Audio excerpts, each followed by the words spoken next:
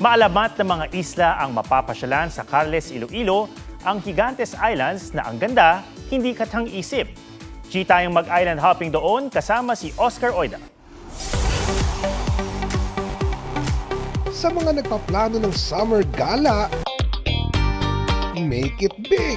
Subukan na ang island hopping sa Islas de Gigantes. Siyak magugustuhan ang white sand beaches sa iba't ibang beach resort. May natural saltwater pool na pwedeng sisirin at gatangking bato ang masisilayan. May kuweba ring may explore. Yan ang sinubukan ng magbabarkada para mag-unwind. Side trip sa kanilang Iloilo travel. Di naman nagsisi dahil nang makapaglibot sa iba't ibang isla, laking tuwa nila sa ganda. At mag-hike para makuha ang famous Gigantes Island shot. Fresh seafood ang nilantakan.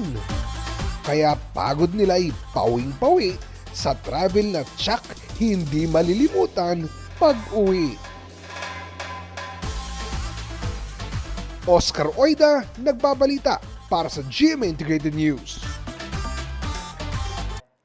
Huwag magpahuli sa mga balitang dapat niyong malaman.